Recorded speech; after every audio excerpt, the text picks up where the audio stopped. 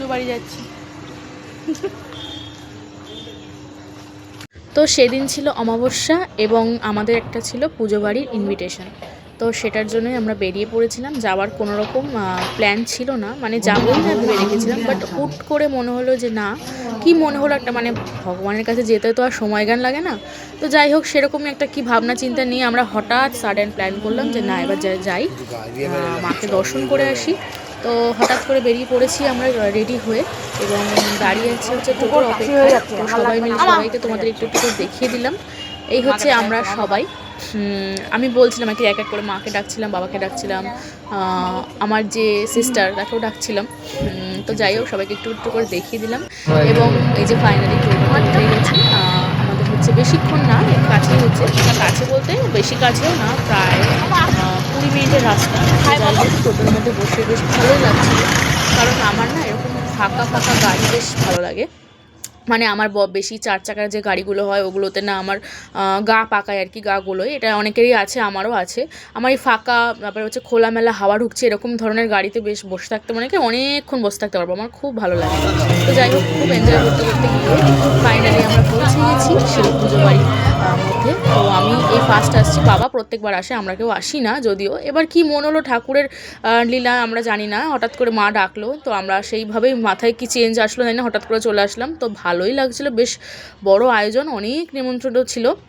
এখানে নাকি 400-500 জনের মতো নিমন্ত্রণ ছিল, সবাই পাড়ার মধ্যে যেহেতু, হ্যাঁ একটু একটু পাড়ার দিকে, তো যেহেতু পাড়ার মধ্যে সবাই নিমন্ত্রণেতে আসে, এবং যাদের অনেকের নিমন্ত্রণ করা হয় না যেহেতু পুজো, সেই জন্য সবাই একসাথে চলে আসে। তো ওই ব্যাপারটা খুব ভালো। আর হচ্ছে অনেক লোকজন ছিল, আমরা 11টার সময় গেছি, তাই এরকম আরও নাকি এখানে শুনলাম আমরা, যা এখানে নাকি 2-3টে অবধিও রাতেও ওরা মানে খাওয়া দাওয়া করে আর কি, জায়গা পায় না বলে। তো যাই হোক, অনেক ভালো করে আয়োজন, অনেক বড় আয়োজন, খুব ভালো লাগছে আমাদের এসে।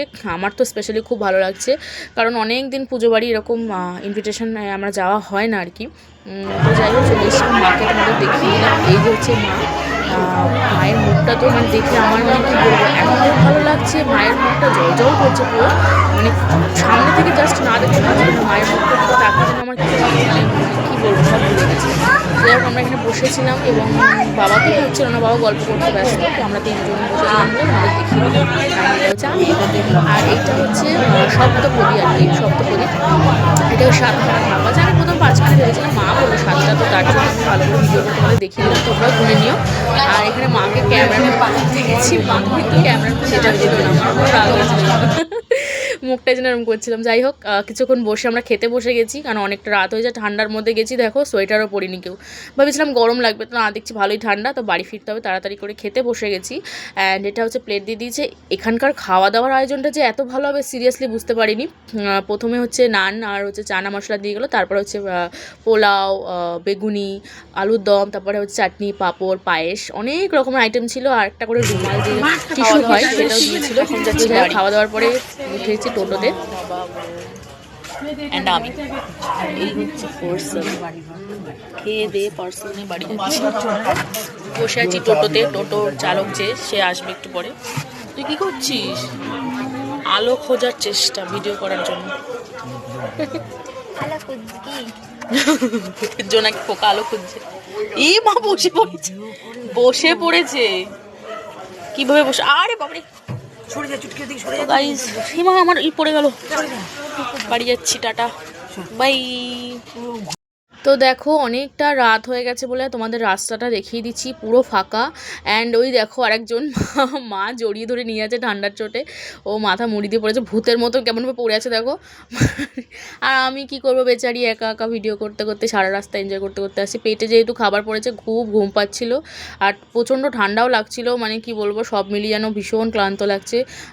তো একটু মানে চোখটা বন্ধ হয়ে আসছিলো আর কি, সেটাই দেখাচ্ছিলাম যে প্রচুর টায়ার্ড লাগছে, কখন বাড়ি যাবো এরকম মনে হচ্ছে, যেন আর ভালো লাগছে না, মনে হচ্ছে বাড়ি যাই। তো যাই হোক, রাস্তাটা এত শুনশান, আরও যেন ক্লান্ত লাগছে, আরও ঘুম পাচ্ছে, এত ফাঁকা রাস্তা। আমরা চুপচাপ গাড়ি মানে চালিয়ে আর কি, টোটো চালিয়ে ফিরছিলাম। তো এই হচ্ছে ভিডিও। তো ভিডিওটা কেমন লাগলো অবশ্যই কিন্তু কমেন্ট বক্সে লিখে জানিও।